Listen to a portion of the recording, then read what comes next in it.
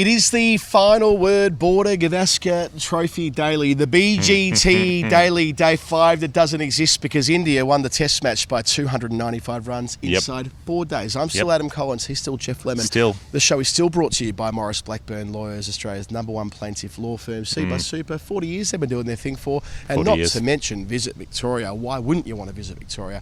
No 30-second summary.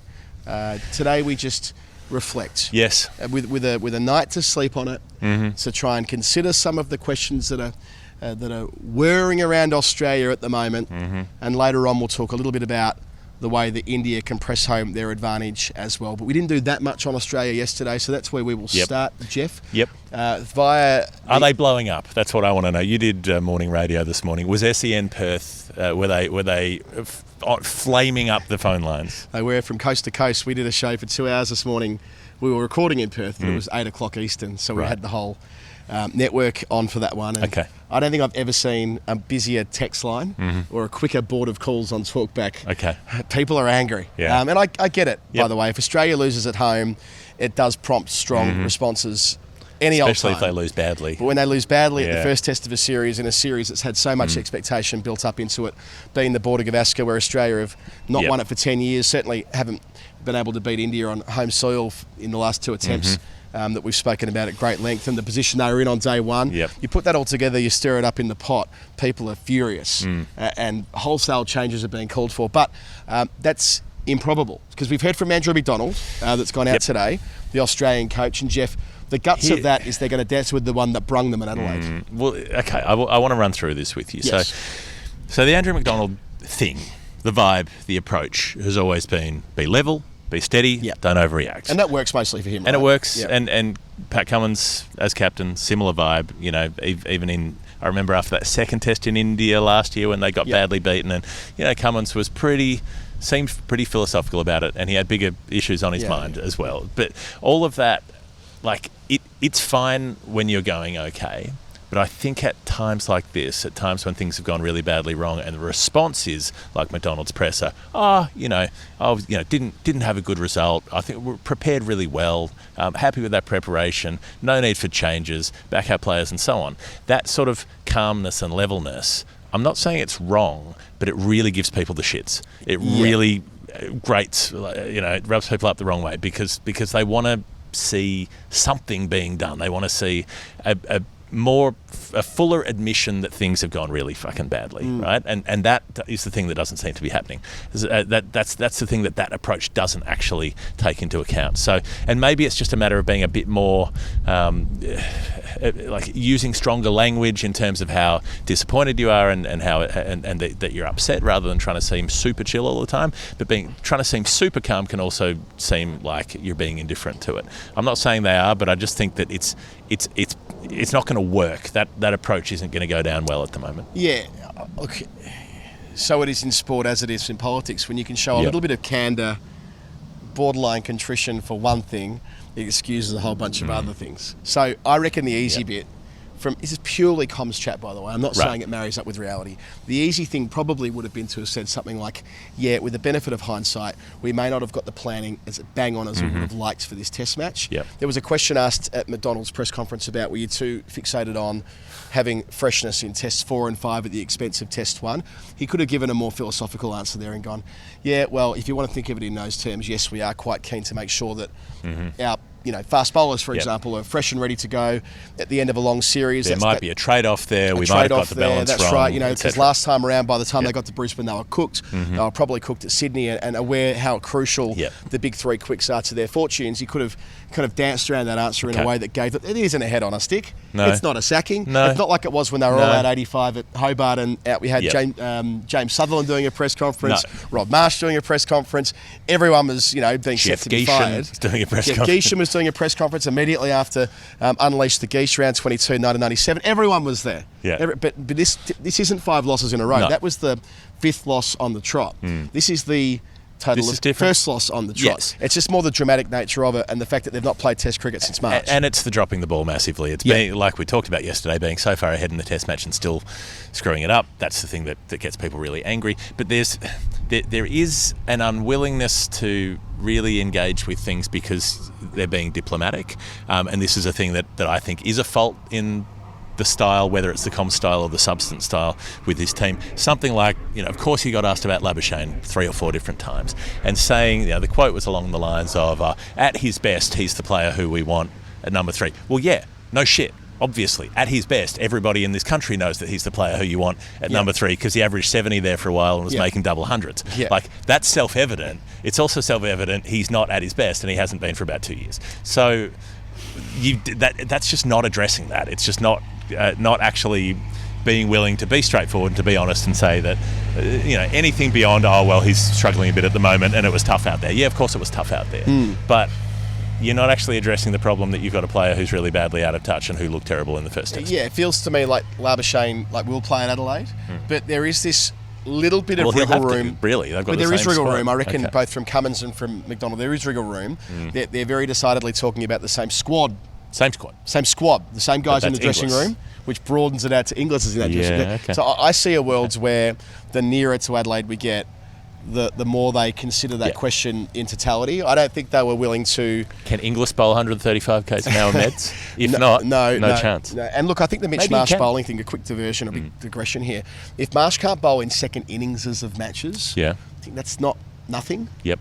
I'm not saying for a moment that Mitch Marsh should lose his spot in the side, by the way. I thought he batted quite nicely yesterday. But that's a bit of a challenge for Australia, that if they end up having a day in the dirt in the second dig in a game, let's say in a game they're well ahead in. Let's say they have a 100-run lead going into the second half, but it gets tough in the third or the fourth innings, and Mitch Marsh needs to put a shift in, and he can't do it at quite the same velocity as he can in the first because his body's not quite there at the moment.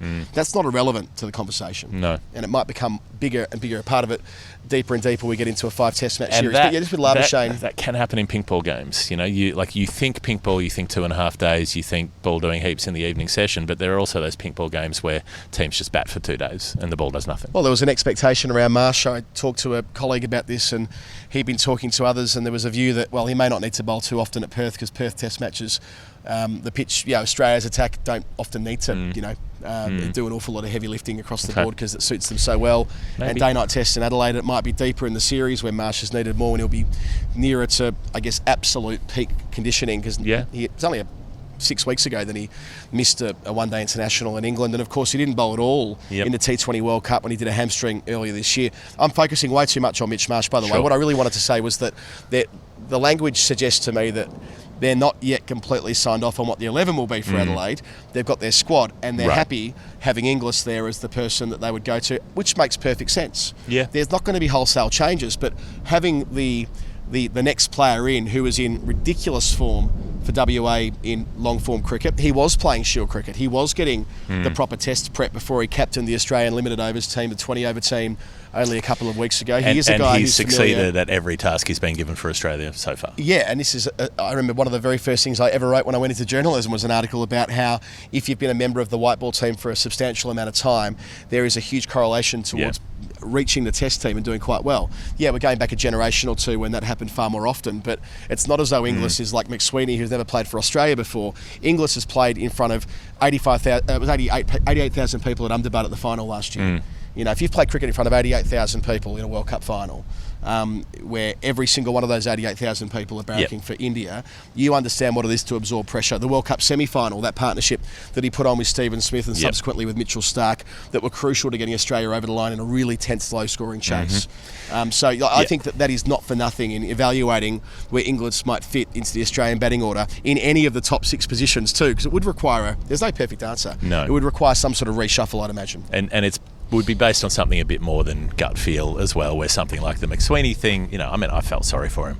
Going out in that second innings, he looked like he had no prospect to survive. Like he looked worried, he looked anxious, he would have been anxious all day, and he blasted 4 balls and very, very unlucky to get a ball that bounced roughly 1 metre lower than what he would have expected from where it pitched. But that's also what happens. Like, you have to, when you pick someone to open the batting, again, this was in McDonald's presser. It's really difficult batting against Jasprit Bumrah. Okay, did you know Jasprit Bumrah was going to be playing before the series? Yeah, I think you did. I think that was flagged. I don't think that was a surprise. That's true. Did you know Perth's up and down later in the Test match? Yes, you do. I'm just making the point that that ball's getting 98 times out of 100 of getting an opener out in that. Sure. He was unlucky in the sense that if you're getting that 44th ball and you're on 20, then it doesn't look as dramatic as getting it 4th ball for North. Sure. It's just, sure. I guess, one of those things, occupational hazard. It feels like that stuff, the do-si-do they've been doing with the opener spot now particularly looks a bit too cute. The Smith thing of saying, yeah, I want to do it, oh no, I don't want to do it, changing his mind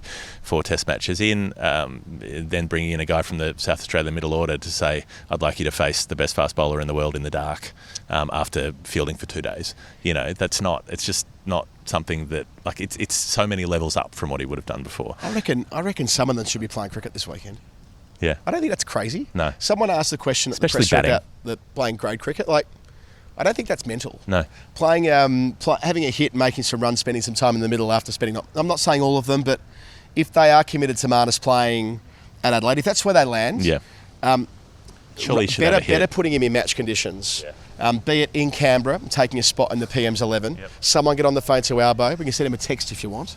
Let's see if Albo wants Marnus in the team. Mm-hmm. Alternatively, yeah. You can play club cricket. Yeah. I don't think that it was put to me during the week that it wouldn't have been befitting of the stature of Labuschagne and Smith to have played in the Australia A games. Come off it. No, but it's historically, maybe. But looking at the one lead-up game that Smith had in red ball cricket, that was at the MCG in a Shield game, missed out both times. He didn't get to have the Shield game, right? I would have gone. Yeah, again, it's all hindsight. It's all Monday morning quarterback stuff here. But I would have far preferred having Smith play one of the Australia A games in match conditions instead of facing 10 million balls in the nets. By all reports, Smith faced more balls in the nets in the lead-up to Perth than he's ever faced before a Test match. Someone said to me. Well, if that's true. I don't know. If he's facing the fucking cricket balls anyway, let him face them in a competitive situation. And where you're going to get more out of it. Just to have that feeling. One other thing I want to drift down the river past you. Please. Now, we talk about Australia's current bowling attack in reverential terms a lot of the time, and it's because of what they've done. You've got an attack of all timers. You've got Stark 350 plus wickets. You got Hazelwood and Cummins heading towards 300. You got Lyon at 500 plus. They've all done it. But if I'm looking back over the last few years, 2018, India win the close one at Adelaide. The bowling attack is Cummins, Stark, Lyon, Hazelwood. They get beaten badly at Melbourne the following Test match. The attack is Cummins, Stark, Lyon, Hazelwood. They get smashed around at the SCG for 600 plus in that series and get away with the draw after following on. The attack is Cummins, Stark, Lyon, Hazelwood. And then the next series, when India win the first Test that they win after they get beaten at Adelaide, they win that good tight one at Melbourne. Cummins, Stark, Lyon, Hazelwood. The bowling attack who can't bowl them out in Sydney for what should have been the one that sealed the series for Australia when they couldn't bowl them out on the last day. Cummins, Stark, Lyon, Hazelwood. And then go to Brisbane and concede 300 plus in a run chase on the last day. Cummins, Stark, Lyon, Hazelwood. And then here they are conceding 600 near enough, 500 lead in this Test match and getting absolutely blown off the park. Cummins, Stark, Lyon, Hazelwood. Is there a point where you go, however good they are, this combination, Indian teams have figured out ways to score heavily off them in Australia. They've taken that many Test wins and those 2 Test draws off them where they've absolutely had such a superior advantage over that bowling attack. Is there a point where just picking them and saying that they're the best and they should just keep being picked forever is stupid? I think it's more correlative than causative with those 4 and the examples that you raise. I mean, almost with all of them, there's something going on there, right? Sure. There's always a factor, but many, that's not stretching for a sequence based on 2 results. That's I understand. I get it. Results. I get what you're saying. I understand the point you're making. Yeah. It's more that, do I think that Scott Boland would have had a material difference in that second innings? I don't. And that's no reflection on Boland, that's a reflection on where the game was at. So much about Test cricket is about where teams are relatively placed by the time the bowling team get a crack. On morning one, when the ledger was even, you saw the value of having those 4, and Mitch Marsh, but all of them working together as a pack, and how magnificent they've been individually and collectively. I think 18-19, I'm less interested in. Probably more 21, the Test you raised there. When they were clearly cooked towards the end and there was other shit going on inside the dressing room. So I think they're a much better unit now than they were 4 years ago. I just wonder if a team is so good against another team's best players, is there an argument to say, well, would you be better off putting up someone who they haven't seen as much, someone who hasn't played as many IPL seasons? But it's not the same players though, really, is it? I mean, Jaiswal, Jarrell, I know KL Rahul. Oh, sure, it's different people. Different people in the Indian side. Yeah. But Indian teams, whether it's to do with their preparation or whatever it is, have been comfortably able to handle Australia's supposedly best bowling attack now 3 series in a row. I think the bigger question to ask is that the Cummins quote from before the Test match about being a little bit underdone, being better than a bit overdone, whether that is missing the bit about being in rhythm in multi-day cricket, repeat spells, not just 10 overs in a sequence. Obviously, one-day cricket, you're capped at how many overs you can bowl. But in match conditions, that when you've got to wake up and bowl for a second, a third or a fourth day in a row, as it was for the Australian team in this Test match, they bowled on 3 of the 4 days, I'm pretty sure it would have been, days 1, 2 and 3. Didn't bowl on day 4 because they were obviously in the 4th innings of the match. But there's something to being battle hardened and match fit, and this is where I reckon the criticism about wanting to have this older group of outstanding fast bowlers ready to roll for maybe tests 3, 4 and 5 at the expense of having them absolutely purring for test 1.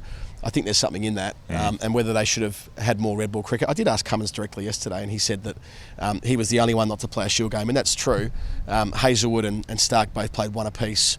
They're the other 2 quicks, aren't they? And Cummins didn't play 1. Maybe there was an argument for finding another way through. I'm looking forward to seeing how the best 4 pink ball bowlers ever work in tandem when they play India next time around, when they've got a chance to reflect on where they're at and where they need to be by the time Friday week rolls around. And where there'll be less bowling under hot sun, I suppose, which makes a difference as well in the day-nighter. Okay, well, we should get to India. Let's have a break, and then we'll talk about what India are doing next. This is The Final Word. It's the day after the Perth Test match with Adam Collins and Geoff Lemon. We're with you. I've been doing a lot of talking about Maurice Blackburn Lawyers. So, Geoff, why don't you tell us your perspective on Maurice Blackburn Lawyers, the #1 plaintiff law firm in the country? How have you interpreted what we've been hearing from them so far? My perspective is that the legal system is biased towards wealth. The richer you are, the more able you are to use legal methods to try to dissuade other people from getting in your way. Advance your position. To try to stop other people getting the things that they should get, that they deserve, because you've got more money to pay for lawyers, and that might save you money overall. Maurice Blackburn, no win, no fee.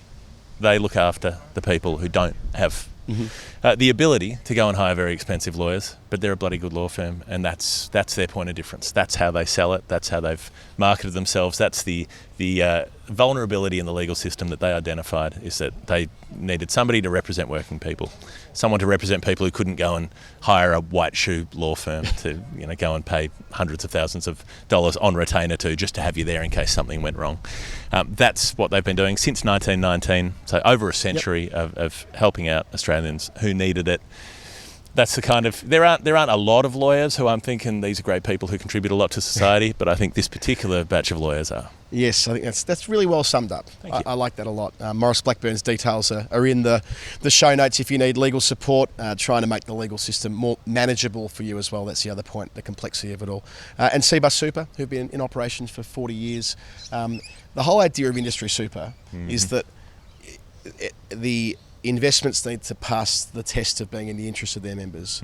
So there's an average return that industry funds have as distinct from retail funds, because and that is an important part of the story. And the industry super story now is 4 decades old. We know that CBUS were front and centre of this at the very, very start. Their average 8.87% in their default account since inception. That's a number that's compelling. And it solved a complex public policy problem. In the late 70s into the early 80s, this was a real issue for Australia, trying to work out how they were going to have a sustainable retirement savings program into the future, where in this case the trillions of dollars that's been saved in industry super accounts has been able to be deployed in all sorts of interesting and creative ways to help build the nation as well. So CBUS Super, in existence for 40 years as of 2024. They've been with us since 2018, proudly in association with them from our perspective. cbussuper.com.au.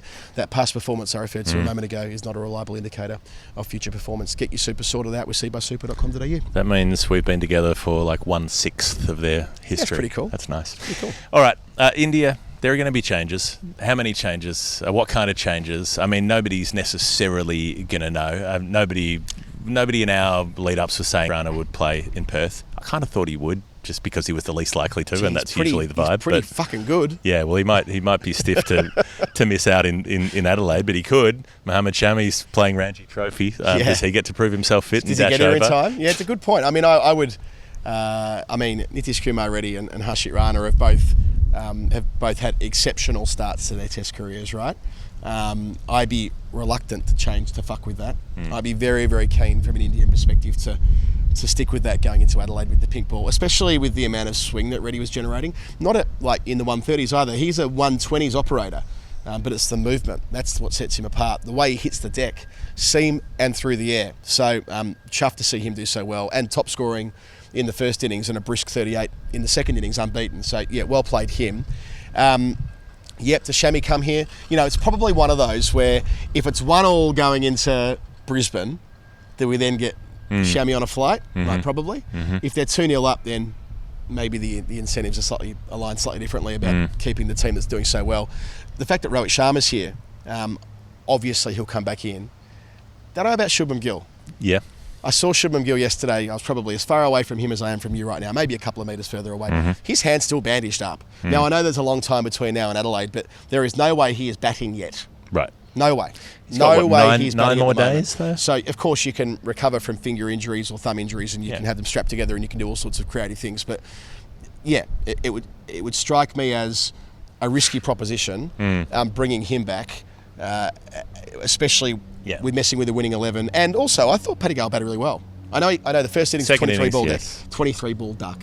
But the second dig, he played an important hand along with Jaiswal, just to, not that they needed to have anything major at that point. They were so far ahead in the game, but he got a chance to get into the series. So I'd be inclined even the first innings wasn't entirely for nothing. Like he hung in there for half an hour. Yeah, 23 balls. He defended well, and he tried to until he didn't get himself into the game. Got a good one. You know? So, but I thought he approached it in a reasonable way, which is, I've just got to try to keep things calm and not let things start to fall apart in an accelerated way. Yeah. And he did that for a bit. So Jarrell more than likely loses his spot, but early in his Test career took a great catch at short lead to contribute to the win yesterday.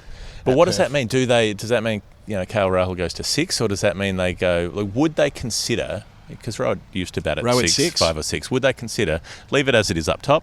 Functioning well. I mean, there have been 6 double century opening partnerships by visiting pairs in Australia ever. I thought it was and one that was other one of them. No, I found a couple others. Oh gosh, I've been misled by my stats man. Oh, okay. Love you, Tommy. Yeah, I think it was. I got told it was the second biggest ever, and 201 being the second biggest ever suggests that there's only been one other. There's only been one other. No. Hobbs and Hobbs and Rhodes. There were a few, I believe. But that's just from what I looked up the other day. So I remember there being 6. I could be wrong, but I don't think I am. Now, nonetheless, that's worked so well. Do you just say, well, let's not mess with it and get Roro to come in and tonk him at 6, which he used to do quite nicely. He used to take on Lyon, play the slog sweep. 100 on debut at number 6 all those years ago, wasn't it? When in those in those goodbye Sachin tests. Right. So I think that was a 6. It might have been 5 or 6. He often batted down there. Does he need to open? Do you need the more aggressive thing up top? Not necessarily. That might be the least disruptive way to do it. I think that I don't know. KL Rahul at 6 because he's more defensive. He can be.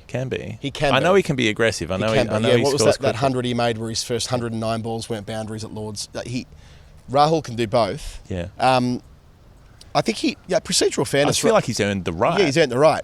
I know we'll get bagged in the comments for saying that because everyone hates KL Rahul. No, but by facing that Australian bowling so well, and then if they imagine if Australia get things the way they want, and India are facing an evening session, and the pink ball's doing some, as it was on that first day, you want KL Rahul there because he plays that moving ball so well. Yeah, I know Rohit Sharma plays a moving ball pretty well too at times, but it just seems like you've got one of your biggest ever wins over Australia. You're one up in the series. Don't mess with it. I would say really, really good problems to have. Bit like the captaincy question. Now, obviously, Rohit's going to captain this Indian team next week at Adelaide. I'm not saying he shouldn't. For the Rohit stands out there, all good. He's the full-time captain. The standing captain did a great job. Yep. Alan Joyce won the flag in 88. Alan James came back in 89. It's okay. Alan James also won the flag in 89. These not things the Qantas guy. No. Okay. No, the bloke that won 3 premierships coaching Hawthorn, 1 coaching St Kilda. Right. Joyce, 2 Hawthorn, 88 right. and 91. He came back, was the caretaker in 88 when Jeans had the aneurysm. Came back in 89. Sure. All good. That's what Rohit should do here. Sure. Rohit Sharma, in this analogy, is Alan Jeans. No one's compared Rohit Sharma and Alan Jeans before. Probably not. Probably May won't never do it happen again. No. But it has happened right now on this podcast, and I'm allowed to indulge that way. So that's cool. But gee, I love Boomer as captain. He's so good. He uses himself judiciously. Yep. He knows when he's ready to roll. He speaks so eloquently and so lovingly and so pragmatically about the way in which Test cricket gives you. He said about the when they rocked up in the dressing room after all that 150, he's like, don't snatch at it. Don't go pole hunting. Don't go pole hunting. Show discipline and back ourselves to take the 10 wickets we need to get back in the game. Yeah. And what did they do? The fact that he spoke so beautifully about his little kid, I think his son's is it 2 or something, being able to say that I'll be able to tell him one day he was there when Dad was player of the match, Test at Perth or win against Australia. Yeah. Look, put it this way, Jasprit Bumrah is the next captain, and I'm really looking forward to living in a world where someone like Jasprit Bumrah captaining India at the same time like someone like Pat Cummins captaining Australia. That's a nice place. That's a nice thing. I didn't like his fields to Stark and Hazelwood when they were batting. I didn't like 4 out on the leg side and giving Stark the single and all that bullshit. They all do it now. Everyone does that now. Yeah, but you just, as if you can't get Mitchell Stark out. Come on. Like, you've got to be a good enough bowling team to get Mitchell Stark. Yeah, of course you can. Yeah. But you've still got to be able to get him out. But my point is everyone that's every captain doing that now. Sure, I just don't like indulging in it. And I didn't like the bouncer field to Travis Head with everybody out behind square and all the rest of it. It's just it's like funkiness for the sake of funkiness, and it better than convention for the sake off. of convention in the World Test Championship final with Head. Yeah, perhaps. Where they didn't have a deep third or a fly slip until he was on about 120. Yeah, you can have a deep third for Travis Head. You can even have the 2 out as they did. The one at deep backward. Yeah. I quite like that for Travis Head because of the way he plays away. But when you set up that other field with like 6 out for the hook and a slip and a mid off, well, you're only giving yourself one I take road. your point, but still, I still feel again this is a good problem to have stuff right. In the unlikely event that Rohit, picked up a niggle before the next Test, it would be Bumrah captaining, and that wouldn't be a bad outcome either for India. You know what, Geoff? That's it. Let's wrap it. That's us done. Visit Victoria. We're about to get hit by a truck. You should go and visit Victoria. It's a great state. Yeah. State versus state, mate versus mate. The best state of origin game ever played was between the state we're in right now, Western Australia, and Victoria, back in 1986. Go and watch it on YouTube. Britain's last quarter. Enjoy it. Buckanara, Brian Peake. What a game, what a sport. Visit Victoria. Do it. It's probably in the show notes. If it's not, it's easy to find. Yeah, we'll be back. It's on a map of Australia. It's in the bottom right-hand corner. We'll be back for our weekly show. Not Tasmania, that's different. Map of Tassie's different. Also in the bottom right-hand corner. It is. We'll be back for that. When's the weekly? 24 hours after this goes live. Probably a bit less even. Yeah. You'll hear our longer show, which will be filmed and recorded at the University of Western Australia. Until then, goodbye, farewell, amen. See you.